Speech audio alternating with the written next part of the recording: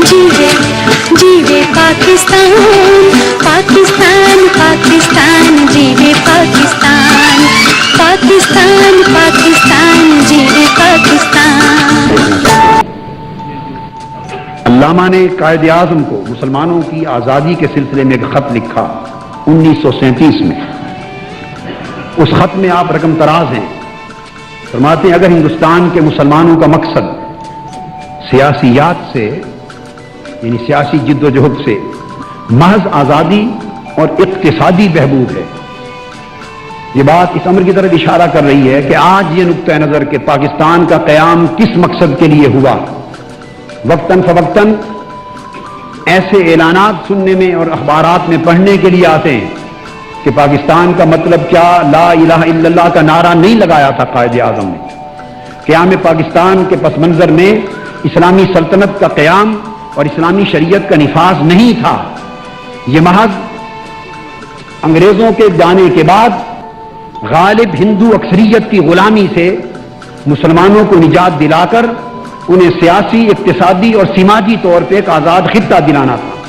वो लोग जिन्होंने क़याम पाकिस्तान और तहरीक पाकिस्तान की ये मादी ताबीर की है और इसकी फिक्री, नजरियाती और इतिकादी ताबीर के कायल आज नहीं रहे, और वो नस्लें जो क़याम पाकिस्तान के बहुत अरसा के बाद पैदा हुई, जिन्होंने फ़कत किताबों और अखबारात के जरिए क़याम पाकिस्तान की ताबीर को समझने की कोशिश की, आज जब उनके कान ये सुनते हैं कि क़याम पाकिस्तान किसी एतकादी, फिक्री और नजरियाती बुनियाद पर नहीं बल्कि फ़कत सियासी, माशी और समाजी वजूह पर वजूद में आया, तो खुद पाकिस्तान के क़याम का जवाब और इसके लिए दी गई लाखों करोड़ों इंसानों की कुर्बानियों का जवाब महल नजर हो जाता है। वो लोग मुतवज्जे हों।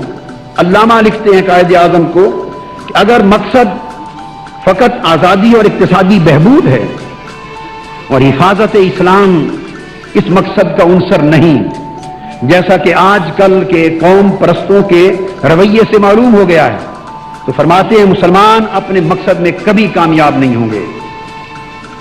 अल्लामा ने उस तसव्वुर के मुताबिक इस खित्ते अर्जी पर नई मारज़ वजूद में आने वाली रियासत को अपने चश्मे तसव्वुर में एक इस्लामी रियासत के रूप में देखा। खामोश उस खित्ते ज़मीन पर इस्लामी शरीयत के निफाज को देखा। इस खित्ते पर बसने वाली कौम को एक फिक्री और नजरियाती कौम के तौर पर देखा। अल्लामा कायदे आज़म को इसी 28 मई 1937 में लिखे गए खत में अल्लामा लिखते हैं, फरमाते हैं कि लिहाजा सवाल यह है कि मुसलमानों की गुर्बत के मसले को हल किया जाए। लीग का तमाम, मुस्लिम लीग का तमाम मुस्तकबिल इस बात पे मुनहसिर है। अब फरमाते हैं खुशकिस्मती ये कि इस्लामी शरीयत के किसी मौजूद शक्ल में निफाज के जरिए इस मसले को हल किया जा सकता है। फिर फरमाते हैं कि इस्लामी शरीयत के गहरे और दिक्कत नजर के साथ मुताले और तवील गौर व फिक्र के बाद मैं इस नतीजे पर पहुंचा हूं कि माशी मसले का हल सिर्फ इस्लामी आइन की तनफीज है। अगर इस तर्ज आइन को कमा हक को समझ कर नाफिज कर दिया जाए तो कम अज कम हर एक का हक के मईशत महफूज हो सकता है। लेकिन इस मुल्क में जब तक एक आजाद मुस्लिम रियासत या मुस्लिम रियासतें मारज़ वजूद में नहीं आएंगी, इस्लामी शरीयत का निफाज मुमकिन नहीं है। ये अल्लामा इकबाल के कलिमात हैं जो खत में अल्लाह कायदे आज़म को लिखे।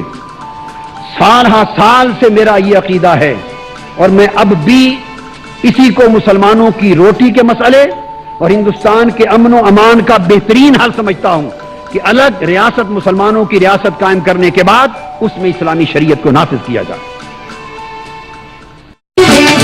जीवे जीवे पाकिस्तान पाकिस्तान पाकिस्तान जीवे पाकिस्तान पाकिस्तान पाकिस्तान जीवे पाकिस्तान।